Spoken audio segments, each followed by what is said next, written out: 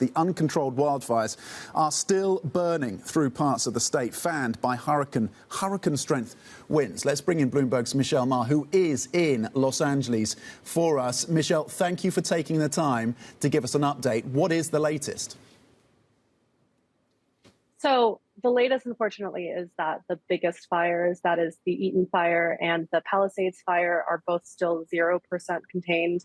And on top of that, we've just heard news of another fire that broke out today in the Hollywood Hills, the Sunset Fire, and a few other fires around the region. And notably for the Sunset Fire, the evacuation zone for that includes some pretty iconic LA landmarks like the Hollywood Bowl and the Chinese Theater.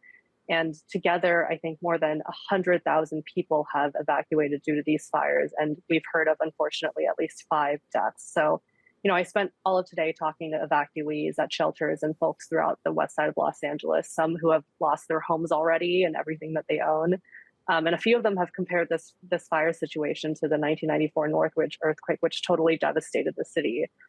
So it's truly a big disaster. And I think the economic impact so far have been estimated at over $52 billion. 52 billion US dollars. You're saying there's 0% contained in terms of the major fires still. So there's a chance that this spreads from here. Michelle, you've touched on the human cost, the potential economic toll as well. Why are the fires so bad this time around? What are authorities doing to respond? We're hearing of firefighters having to draw water from swimming pools, for example. Yeah, I mean, I think it's a really unique set of circumstances that they're dealing with right now that are honestly very unprecedented. So Santa Ana winds that they're experiencing, that's pretty typical for this time of year in this region. But what's not typical is the fact that, January is typically rainy season here, but we've been dry for months. And so add on top of that, the fact that we've had extremely high winds, and it's just a problem that's been waiting to happen. And, from what we're hearing and seeing is that these winds are going to continue to stay high, lasting through Thursday. And, there's a potential for another windstorm next week with no rain in between. So it's altogether a pretty dire situation. Meanwhile, President-elect Donald Trump has blamed California's governor, Gavin Newsom, for the deadly fires. Let's listen in to what incoming President Trump has been saying.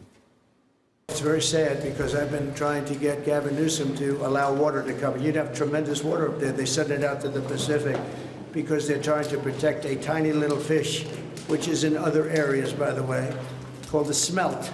And for the sake of a smelt, they have no water. They had no water in the fire hydrants today in Los Angeles. It was a terrible thing.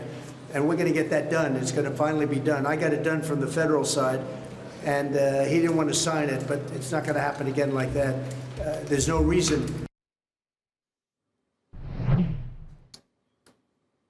Look, Michelle, clearly, history reminds us that incoming President Trump and Gavin Newsom, the governor, of course, of California, no love lost between these two.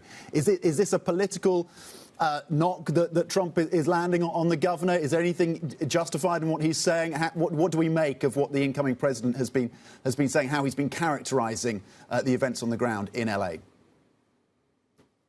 Well, look, I've been looking at the water issue all of today and talking to folks on the ground and people who are experts on the subject. And it's clear that, Republicans like President-elect Trump have been using the fire hydrant issue to push for transferring water from the north of the state. And they argue that it's being wasted to protect this endangered fish. But the experts that I spoke to say that argument is essentially a red herring. And, yes, it is true that there have been dry fire hydrants in some of these places where firefighters need water. But, water and wildlife researchers I spoke to and former firefighters say that has more to do with kind of the increased and unprecedented pressures on these water systems than actions of the governor. So these are water systems that were not made for these kinds of conditions. Think pumps, tanks, generators, the reservoirs themselves. I mean, these are systems that are in many cases very outdated, and they're not equipped to handle the enormity of what they're dealing with. And so these folks that I've talked to are saying that the focus really needs to shift instead to a real discussion about upgrading our infrastructure to be able to handle these kinds of fires. And honestly, more importantly, figuring out who at the end of the day is going to pay for these upgrades and how.